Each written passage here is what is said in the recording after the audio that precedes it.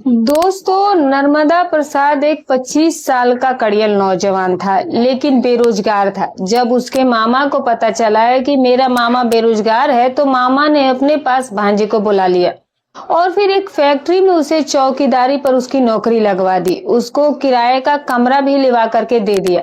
यहाँ तक सब कुछ ठीक था, लेकिन भांजा क्योंकि मामा के यहाँ आता जाता था, तो अब मामी के कसे हुए शरीर पर उसकी जो नजर थी वो जमने लगी थी। क्योंकि मामी भले ही 3 बच्चों की माँ थी, लेकिन कहीं ना कहीं वो उसकी नजरों में कुड़कने लगी थी।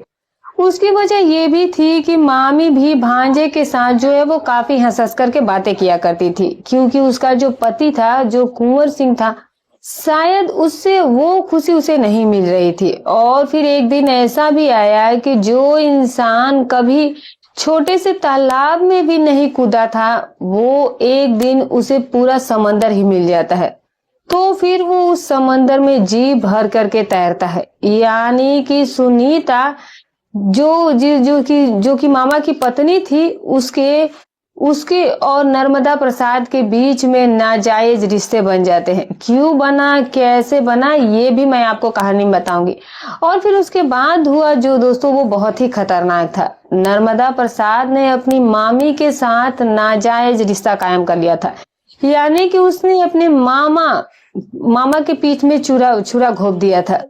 जो उसके मामा थे, उसके साथ उसका छोटा भाई राहुल भी रहता था और उसका भतीजा संतोष भी रहा करता था। दोनों ही जवान थे, लेकिन वो ये नहीं जानते थे कि हमारे घर में आखिर चल क्या रहा है। एक दिन नर्मदा प्रसाद राहुल और संतोष के साथ बैठा हुआ मदिरा का मजा ले रहा था और कहते हैं कि ये मदिरा ऐसी चीज है कि जब 2 बूंद इसकी शरीर के अंदर जाती है दोस्तों, तो फिर ये इंसान को मदमस्त कर देती है। और फिर पीने वाले तो ये भी कहते हैं कि ये दूसरी ही दुनिया में पहुंचा देती है। इसे पीने के बाद जो आनंद आता है, तो इंसान जो है वो दुनिया जहान से बिल्कुल बेखबर हो जाता है।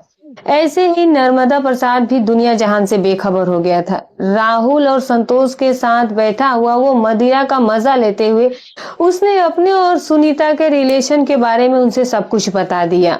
राहुल जो कि संतोष थे, वो कौन थे? राहुल जो था वो सुनीता का सगा देवर था और संतोष जो था वो उसका भतीजा लगता था। दोस्तों, जब उन्होंने नर्मदा प्रसाद के मुंह से ये बातें सुनी, तो फिर उनके पैरों तले से जमीन खिसक करके रह गई थी। उन्हें यकीन ही नहीं आया कि हमारे घर के अंदर ये सब कुछ उनके नाक के नीचे चल रहा है। और नर्मदा प्रसाद जो है वो भाभी के साथ और चाची के साथ, यानी कि संतोष और राहुल के जो रिश्ते थे, वो उसके मामी के साथ इस हद तक जा चुका था। इसके आगे जो कुछ भी होता है दोस्तों, वो बहुत चौंकाने वाला था। और ये सुनीता 3 बच्चों की माँ आखिरकार भांजे के साथ रिलेशन में ये कैसे आ गई, ये भी मैं आपको कहानी में बताऊंगी दोस्तों। और दोस्तों, कहते हैं कि जब तक किसी औरत की मर्जी ना हो, तो आदमी की हिम्मत नहीं है कि वो उसको हाथ लगा दे। कहीं ना कहीं जो है वो ताल्लुकात जो है वो औरत के साथ जो रिलेशन बनता है, वो औरत उसमें बराबर की ही भागीदार होती है। लेकिन देखना यह है कि सुनीता के मामले में इस तरह के हालात बने थे या नहीं बने थे। 3 बच्चों की माँ एक 25 साल के नौजवान के साथ जो है वो रिश्ते में आई थी। और फिर इस रिश्ते में जो कुछ भी होने वाला था, वो यकीनन किसी के भी रूह कपा देने वाला था, किसी के भी होश उड़ा देने वाला था। नर्मदा प्रसाद के नीचे कैसे उसने आगे उसके अपने आप को समर्पित कर दिया था। तो बने रहिए हमारे साथ दोस्तों। आज आपको एक बहुत ही चौंकाने वाली और बहुत ही ज्ञानवर्धक और सीख देने वाली कहानी आपको सुनाने जा रही हूँ। क्योंकि दोस्तों, जो सांप होता है वो आस्तीन में ही होता है। जिन रिश्तों को हम ये सोचते हैं कि रिश्ते जो है वो हमारे सबसे भरोसे के हैं, आखिरकार उन्हीं रिश्तों से जब इंसान को दगा मिलता है, धोखा मिलता है, तो फिर वो क्या करे। पूरी कहानी विस्तार पूर्वक आपको सुनाऊंगी। शुरू से आखिर तक इस कहानी को जरूर सुने और आपको इस कहानी से बहुत बड़ा मैसेज भी मिलेगा। तो दोस्तों, वीडियो में बने रहे, लेकिन वीडियो की शुरुआत करने से पहले चैनल को सब्सक्राइब कर लें। दोस्तों, जब राहुल और संतोष को नर्मदा ने नशे में अपने और सुनीता के संबंधों के बारे में बताया, तो दोनों का खून खौल उठा था। और फिर उसके बाद उन्होंने ना संबंधों का ख्याल रखा, ना दोस्ती का और ना ही रिश्ते का। नर्मदा प्रसाद ने 36 वर्षीय मुंह बोली मामी सुनीता के साथ पहली बार जब रिलेशन बनाए तो खुद को वो जाबाज मर्द समझने लगा था। बेरोजगारी से तंग आकर नर्मदा प्रसाद जो था वो पहले किसी से कोई प्यार या फिर कोई भी मोहब्बत उसने कभी नहीं की थी, बल्कि वो बड़ा ही ज्यादा उदास रहने वाला था। उसे इतना फुर्सत ही कहाँ मिलती थी। जब इंसान खुशहाल और सुखी होता है तो ये सारी चीजें तभी उसे सूझती है। बेरोजगार था, गरीब भी था और इसीलिए बस उसे नौकरी की तलाश ही रहती थी, तो वो इन सारी चीजों की उसे टाइम ही नहीं मिला था करने के लिए। तो किसी से प्यार किया था और ना ही किसी से कभी उसने शारीरिक रिश्ते बनाए थे। इस तरह का खेल उसने अपने दोस्तों के मोबाइल पर जरूर देखा था और तब उसे लगा था कि ये जो खेल है वो सचमुच में ही अगर खेला जाए तो फिर इसमें कितना आनंद आएगा, कितना मजा आएगा, जब देखने में ही इतना ज्यादा आनंद आता है। सुनीता के साथ उसी की पहल पर जब पहली बार जिंदगी के इस हसीन सुख से वो रूबरू हुआ तो फिर सुख के इस समंदर में वो पूरी तरह से डूबता तैरता हुआ। वो समझ ही नहीं पाया कि इसमें उसकी खुद की कोई खूबी नहीं बल्कि सुनीता मामी की हिदायतें और सीखे ज्यादा थी। सुनीता को देख करके कोई भी नहीं कह सकता था कि वो जो है वो एक दो नहीं बल्कि 3 बच्चों की माँ है। 36 साल की उम्र थी उसकी और अब सुनीता जो थी वो उसकी खूबसूरती और ज्यादा बढ़ गई थी और उसकी जो खूबसूरती थी वो मानो निखरती ही जा रही थी। ऐसा भी नहीं था कि सुनीता जो थी वो कोई फिटनेस वाली लड़की थी, यानी कोई जिम वगैरह जाने वाली लड़की थी या कोई और इस तरह के वो कोई काम करती थी या ब्यूटी पार्लर में जाकर के वो अपनी डेंडिंग पेंटिंग करवाती थी। ऐसा भी कुछ नहीं था। इतना जरूर था कि वो घर के काम अपने हाथों से किया करती थी।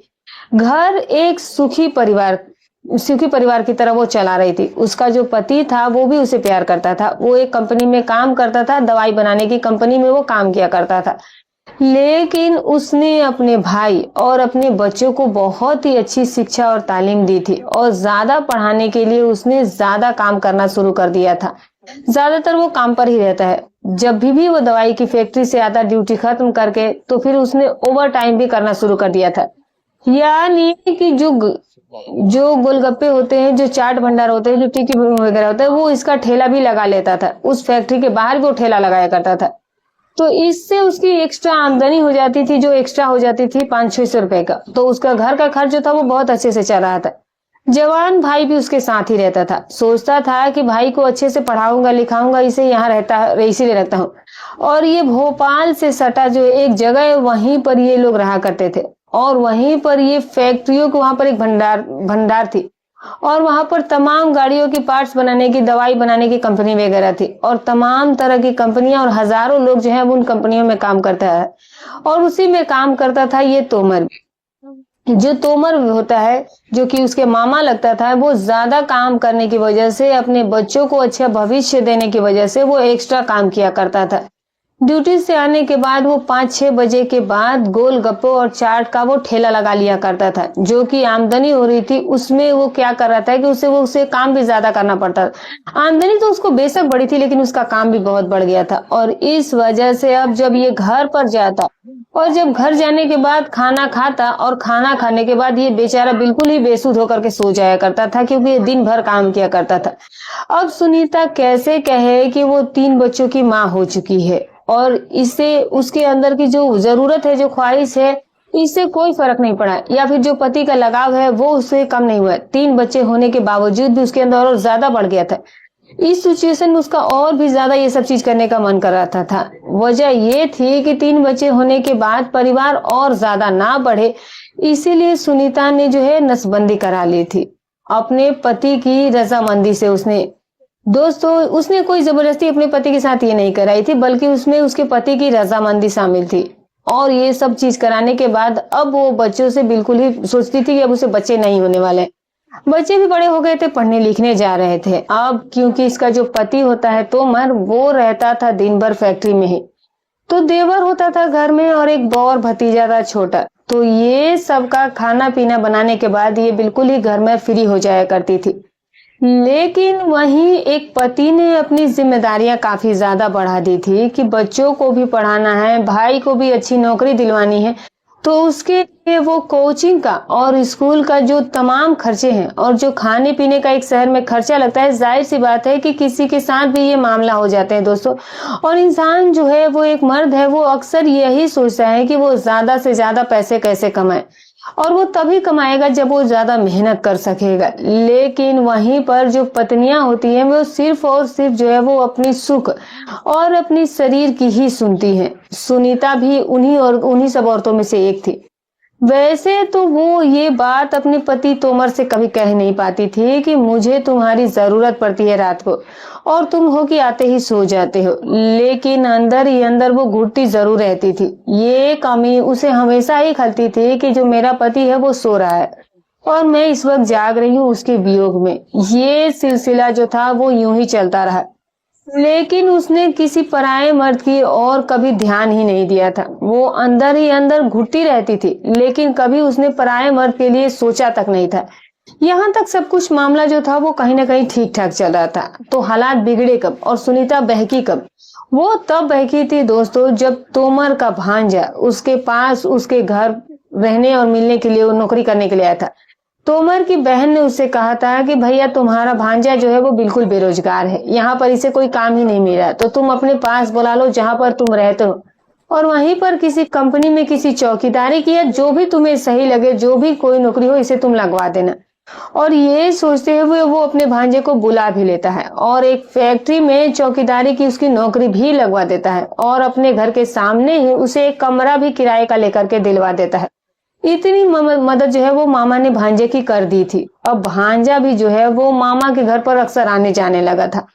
कभी कभी ऐसा होता था कि वो खाना भी मामा के ही घर पर खा लिया करता था। सारी चीजें सब कुछ जो थी वो बिल्कुल ही ठीक ठाक चल रही थी। पहले तो मामी जो थी वो जो नर्मदा प्रसाद का ज्यादा उसके घर पर आना जाना मामी को ठीक ही नहीं लगता था, क्योंकि उसने कभी नर्मदा प्रसाद को इस नजर से कभी देखा ही नहीं था। लेकिन जब वो बार बार उसके घर पर आया और उसकी जवानी पर जब उसकी नजर पड़ी, जब गहराई से उसने देखा, तो अब सुनीता को नर्मदा का अपना घर पर आना काफी अच्छा लगने लगा और बातों ही बातों में वो एक दूसरे से काफी फ्रैंक होने लगे थे। नर्मदा भी अपनी मामी को अक्सर ही छेड़ दिया करता था, मजाक में वो उनकी चुटकियां ले लेता था, तो मामी भी उसकी किसी भी बात का बुरा नहीं मानती थी। अब जब भी नर्मदा घर पर आता और मामी के सामने बैठता तो मामी जो है वो जानबूझ करके अपना पल्लू, पहले तो वो ढकी रखती थी अपने आप को चारों तरफ से जब भी वो घर आता था उसके सामने, लेकिन अब जबरदस्ती जब वो बैठा होता तो फिर वो अपना पल्लू गिरा दिया करती थी और जो है वो जाहिर सी बात है वो कुछ अलग ही चीजें जो है वो शो कर रही थी। अब कोई भी नौजवान जो कि 25-26 साल का भी कुंवारा लड़का हो और जिसने अभी इस तरह के मामला और हालात से जो है वो सिर्फ और सिर्फ मोबाइल में ही सिचुएशन जो है वो देखी है, और फिर उसके सामने अगर इस तरह से खुला आमंत्रण मिल रहा हो तो दोस्तों तो भला वो कैसे पीछे रह जाता।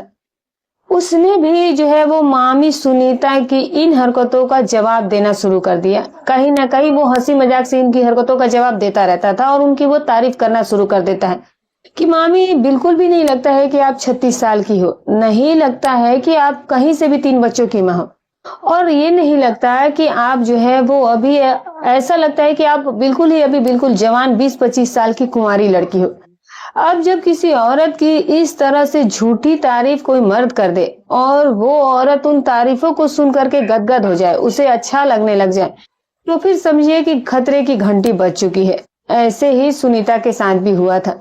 नर्मदा यानी भांजे के मुंह से अपनी झूठी बातें, अपनी खूबसूरती की, अपनी यौवन की सुनकर के बाद जो मामी थी वो गदगद हो गई थी। वो फूले नहीं समा रही थी और मुस्कुरा कर करके हंसी मजाक के साथ के उसका वो जवाब दिया करती थी। एक दिन जो बच्चे थे वो घर पर नहीं थे, पढ़ने के लिए गए हुए थे, और फिर उसका जो देवर होता है वो भी अपने कॉलेज गया हुआ था। यानी कि कुल मिलाकर के जो तोमर था वो तो पहले से ही फैक्ट्री में था, तो घर में उस वक्त कोई नहीं था। और उस दिन जब घर में कोई भी नहीं था, मामी और भांजी के बीच में हंसी मजाक का जो सिलसिला था और इस तरह के संकेत तो पहले ही मिल चुके थे। तो अब नर्मदा जानबूझ करके उस दिन दोपहर को वो सुनीता से मिलने के लिए जाता है। सुनीता ने उससे कहा कि आज ड्यूटी नहीं गए, तो उसने कहा कि आज मेरी तबीयत ठीक नहीं है, सर में दर्द था तो इसीलिए मैं ड्यूटी नहीं गया। एकदम से चौंक करके सुनीता उसे कहने लगी कि जाओ बेड पर जाकर लेट जाओ, मैं तुम्हारे लिए चाय बना करके लाती हूँ और तुम्हारे सर में मैं बाम लगा देती हूँ। वो जाकर के बेड पर लेट जाता है। मामा का घर तक खुले में आता जाता था, किसी को कोई शक भी नहीं था, किसी को कोई डाउट भी नहीं था। जाहिर सी बात है, ऐसे में किसको क्या डाउट होगा। भांजा वहां पर चुपचाप से नौकरी किया करता था, कभी कभी वो अपने मामा के घर पर आने जाने लगा था। ये कोई नई बात, ये कोई भी ऐसी बात नहीं थी जिस पर किसी को शक होता। ऐसे में किसी को पता ही नहीं चल सकता था कि मामा और भांजे के बीच में कुछ जो है वो गलत रिश्ता है। तो अब बिल्कुल ही जब वो जानबूझकर ही उस दिन वो गया था, क्योंकि वो पहले से ही जान चुका था कि इस वक्त उसके घर में कोई नहीं है, तो ऐसे में वो मौके का फायदा उठा करके घर पर गया था। सीधे जाकर के वो बेड पर लेट जाता है। सुनीता हाथ में बाम की डब्बी लिए हुए आई और दूसरे हाथ में एक चाय का कप पकड़ी हुई थी। चाय का कप वो वहीं पर रख देती है और फिर वो उसके सर पर बाम लगाना शुरू कर देती है। जब वो उसके सर पर हाथ फेरती है और दूसरा हाथ उसके सीने पर रखती है, तो अब जो 25-26 साल का नौजवान लड़का है, वो अपनी मामी की इस हरकत को, जो कि वो उसके माथे को सहला रही थी और दूसरे हाथ से उसके सीने को वो टटोल रही थी, उसको बहुत कुछ होने लगा था। उसे कुछ कुछ नहीं बल्कि बहुत कुछ होने लगा था और फिर वो बिल्कुल ही मदहोश हो जाता है। और फिर अपनी मामी को वो उस दिन उसी बेड पर उसके साथ जो है वो जो खेल खेलते हैं दोनों, वाकई में बताने लायक क्या है दोस्तों। इसे शब्दों में बयान करना ज्यादा ज्यादा बोलना सही नहीं है, लेकिन कुल मिलाकर के कम बातों में कहें तो उस दिन जो है वो मामी और भांजे के बीच वो खेल हुआ था दोस्तों, जिनकी कहीं ना कहीं जरूरत शायद उन लोगों को उस टाइम को ही जरूरत थी, जैसे मौके की जरूरत थी। और मामी भी आज बहुत दिनों के बाद उतनी खुश दिखाई दे रही थी जैसे कि उसने सब कुछ पा लिया हो। पहली बात तो ये थी कि वो अपने पति तोमर से काफी दिनों से वो खुश नहीं थी, क्योंकि वो उसे टाइम नहीं दे पाता था। और दूसरी चीज, जो सामने वाला दूसरा पुरुष जो उसके पति के बदले में उसे मिला था, वो एक 25-26 साल का एक कुंवारा नौजवान था। तो जाहिर सी बात है कि उसे दुगनी खुशी मिली थी और उस खुशी को पाकर के वो बिल्कुल निहाल हो गई थी। और जब किसी बहकी हुई औरत को इस तरह की खुशी मिलती है दोस्तों, तो फिर वो उस खुशी को उसी दिन जो है वो वहीं पर नहीं छोड़ती है, बल्कि वहीं पर वो उसे खत्म नहीं कर देती है, बल्कि अब उसे वो बार बार पाना चाहती है। सुनीता अब और उसके भांजे के साथ भी यही हुआ था। अब जो एक बार उनके बीच की मर्यादा की दीवार टूटी, तो अब बार बार ही वो दीवार टूटने लगती है और अब जब भी उन्हें मौका मिलता, वो वासना के समंदर में तैरने लगते थे। सुनीता एक तजुर्बेकार औरत थी और वहीं पर जो उसका भांजा था, वो अभी बिल्कुल ही कुंवारा नौजवान लड़का था। वो बिल्कुल ही अनाड़ी था इस खेल में, लेकिन फिर भी सुनीता अपने तजुर्बे से उसको जो है वो खुश करके ही भेजा करती थी।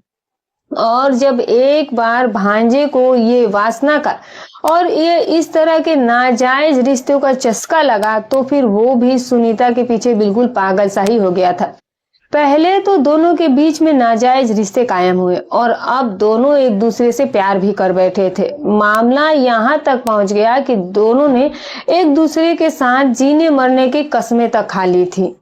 और फिर यहाँ तक भी ये मामला पहुंचा कि सुनीता जो है वो भांजे के साथ भागने के लिए भी तैयार हो गई थी कि नर्मदा, मैं तुम्हारे साथ ही रहना चाहूंगी, तुम मुझे यहाँ से लेकर के कहीं दूर चलो, जहां पर तुम्हारा मन करे वहां मुझे ले चलो, लेकिन अब मैं ये घुटन की जिंदगी बच्चों के साथ, पति के साथ, भतीजे के साथ, देवर के साथ, ये जिंदगी मैं नहीं जीना चाहती हूँ। अब सिर्फ और सिर्फ तुम होगे और मैं होगी और हमारी एक छोटी सी खूबसूरत दुनिया होगी।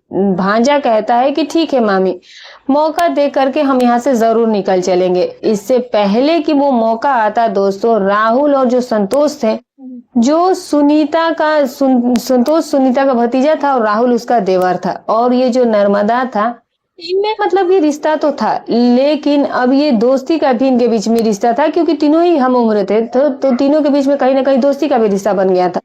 तो अब क्या है कि ये लोग तीनों जो है वो कभी कभी साथ में बैठ करके ड्रिंक वगैरह ले लिया करते थे। एक दिन तीनों ही मूड में थे और नर्मदा इनको लेकर के सीधे पहुंच जाता है ठेके पर, और वहां पर ले जाने के बाद इसने मदिरा की बोतल खरीदी और फिर कुछ चखने वगैरह खरीदे और फिर ये लोग पीने के लिए वहीं पर बैठ जाते हैं।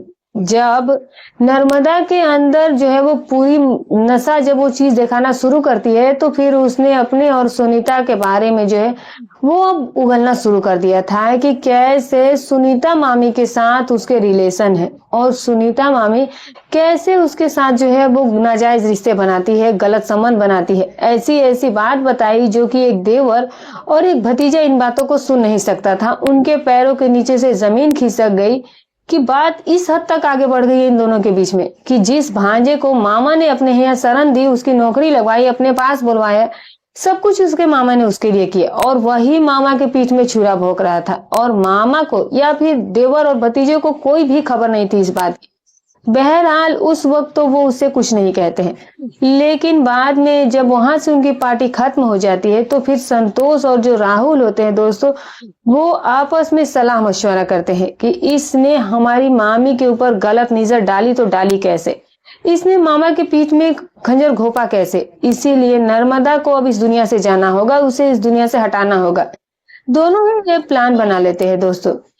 अब जाहिर सी बात है उनसे ये चीज जो थी वो बात बर्दाश्त नहीं हो रही थी और नर्मदा जो उसका भांजा था वो भी इस बातों को ऐसे बता रहा था जैसे कि वो कितनी सही चीजें बता रहा था, कितनी अच्छी बातें बता रहा था। किसी को कोई खबर नहीं थी। ना राहुल अपनी भाभी से पूछता है कि भाभी तुम्हारे बारे में नर्मदा इस तरह की बातें कह रहा था, और ना ही वो अपने भैया को बताता है तोमर से कि भैया भाभी और नर्मदा के बीच में जो है वो गलत रिश्ते चल रहे हैं और इनको तुम संभाल लो। इस तरह की वो कोई भी तरह के जिक्र नहीं करते, ना ही किसी से सलाह मशवरा करते हैं, बल्कि वो नर्मदा को दुनिया से ही हटाने की प्लानिंग कर लेते हैं दोनों। और फिर एक प्लानिंग के तहत उसको पार्टी देने के लिए वो लेकर के जाते हैं सुनसान जगह पर। पहले उन्होंने ठेके से एक बोतल खरीदी और फिर कुछ खाने पीने के लिए भी सामान खरीदा और सीधे पहुंच जाते हैं जंगल में जहां पर बिल्कुल सुनसान था, क्योंकि राहुल और जो संतोष थे वो प्लानिंग के साथ गए थे। नर्मदा को इस बारे में कुछ भी नहीं पता था कि कुछ ही देर में अब उसकी सांसें जो थे वो उसके शरीर का साथ छोड़ने वाली थी, इसीलिए वो उनके साथ पीने के लिए बैठ जाता है। तो राहुल और संतोष जो है वो बहुत कम पीते हैं और उसे वो ज्यादा पिला देते हैं। जब उन्होंने देखा कि अब नर्मदा चलने के काबिल नहीं रहा, उस पर फूल नशा हो गया, तभी वो उसके ऊपर हमला कर देते हैं और फिर लात घुसे तो पहले तो उन्होंने उसे खूब जम करके पीटा, अपनी भड़ास निकाली और फिर उसका गला जो है वो दबा दिया और फिर उसके मुंह पर पत्थरों से वार करके उसे पूरी तरह से कुचल करके वही झाड़ियों में फेंक देते हैं। दोस्तों सुबह हो जाती है।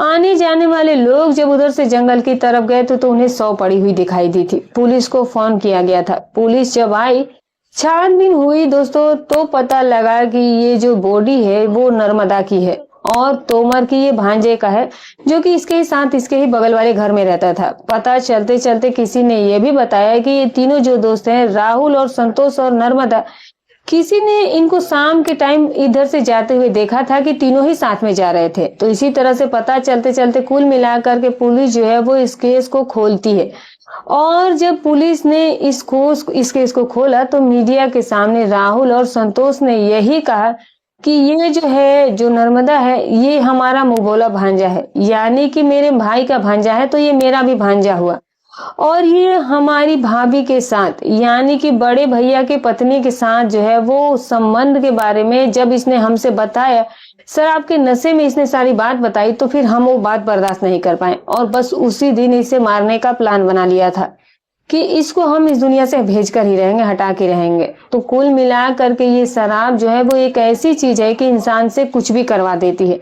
तो दोस्तों आपको मेरा ये मैसेज, ये कहानी सुनाने और बताने का मकसद यही था कि खास करके जो सगे रिश्ते रहते हैं, जिनकी तरफ से बिल्कुल बेपरवाह होते हैं, आपने देखा होगा कि भाभी और देवर जो है वो माँ समान रिश्ता होता है, यानी कि जो देवर होता है वो भाभी के साथ जो है वो हंसी मजाक का रिश्ता जरूर ही रखते हैं और होता भी है, लेकिन कुछ लोग फिर भी कहते हैं कि वो भी सही कहते हैं कि भाभी माँ समान होती है।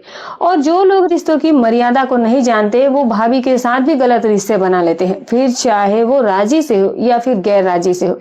तो इस तरह के जो कहानियां हैं दोस्तों, कहते हैं कि मानने वाले के लिए तो सब कुछ है और ना मानने के लिए कुछ भी नहीं है। इसी संसार में इंसान भी है और जानवर भी है और इसी संसार में इंसान जो है वो जानवर भी बन जाता है। तो दोस्तों ये रही कहानी। आप इस कहानी के बारे में क्या राय रखते हैं कमेंट करके जरूर बताइएगा। वीडियो अच्छी लगी हो तो एक लाइक करते जाइएगा, चैनल पर नहीं तो सब्सक्राइब कर लीजिएगा। और हाँ दोस्तों, हाइप करना ना भूलें। तो फिर मिलूंगी कल एक और नई अच्छी सच्ची रोचक कहानी के साथ। तब तक अपना और अपने परिवार का ख्याल रखें।